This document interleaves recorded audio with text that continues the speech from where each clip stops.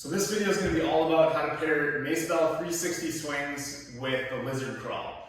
I'm going to talk about 360 swings here for just a second, and then we're going to get into some video on the lizard crawl. So lizard crawling, number one, best done for distance. Whatever that distance is, it doesn't matter if you have 10 feet or if you have 20 feet or if you have 40 yards. Use the space that you have, make adjustments to accumulate the distance that you have available to you. With swings, I hate counting reps. I don't ever program 10 or 15 reps on each side. I get lost in counting, it's annoying. I feel like my mind is hyper-focused on counting the reps and not where I'm at in space with regard to the Macebell and the timing and the technique. So I prefer to swing for time. I'll set a timer or have something in my headphones that goes off, or I'll just have eyes on an iPad or something like that for time. So I hate reps with Macebell swings. I would prefer to do for time. So when you're combining these two exercises, it's not a race. I'm not looking to speed through the reps. Again, quality reps, accumulate time, nice and controlled. Don't race through anything, don't take shortcuts. Quality on everything. So you would perform your Macebell 360 swings, and for all the purists out there, you can tell that my hands are not down at my waist. I keep them high. All right, so I finish my swings, go to the other side, and let's just say I'd be doing swings for 20-30 seconds per side.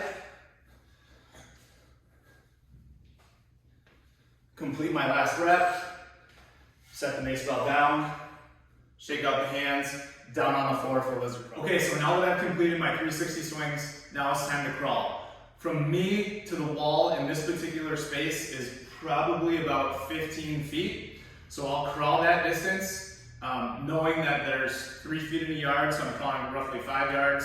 I get to the end, I turn around, crawl back forward, or sometimes I'll just crawl down forward, crawl backward, to come back to the start, and I'll repeat that in intervals down and back to accumulate the either time or distance that I want for my lizard crawl. So we're keeping it very simple.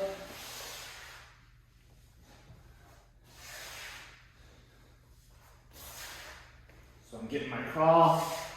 For this video, I'll crawl backwards, just reversing the movement, and then repeating. So if I'm looking for 20 yards, it's down and back twice in this particular space.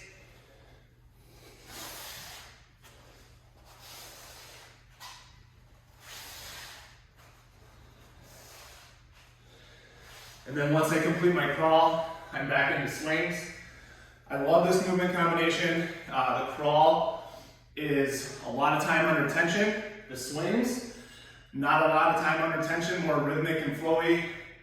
This is a little bit more of a grind, aggressive for the chest, for the arms, and it's a nice combination. So now that you have an idea of how to pair up 360 swings with lizard crawl, the next big question for people is inevitably, how many rounds should I do? How many reps? How many sets?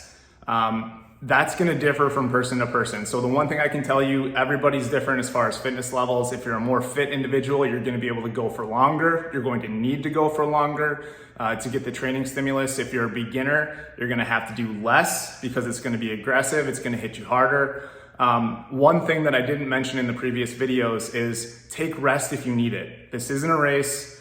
There's no need to rush into the next set. Make sure all of your reps are controlled, they're quality, get good reps. But again, back to rounds and time. For me personally, I'm doing this stuff for 15 to 20 minutes. That is just what I've worked up to. I'm sure there are people that are doing longer. I'm sure there are people that are doing shorter. So that's one time option, is just set the timer. If you're a beginner, maybe set it for 5 minutes. See how you feel. If you need to add a minute, 2, 3, 4, build up.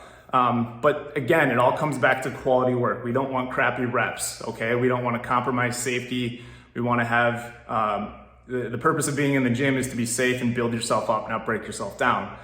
If you're going to do this for rounds, you could certainly keep a notebook, make little tick marks as you go, or just keep it in your head. I don't count reps. I struggle to count rounds. I don't know where I'm at. I just want to focus on the work. But if you do rounds, you could do, 4 rounds to start, see how you feel, add a 5th round, add however many you need to get the stimulus that you're looking for. And some of this is related to how much time you have.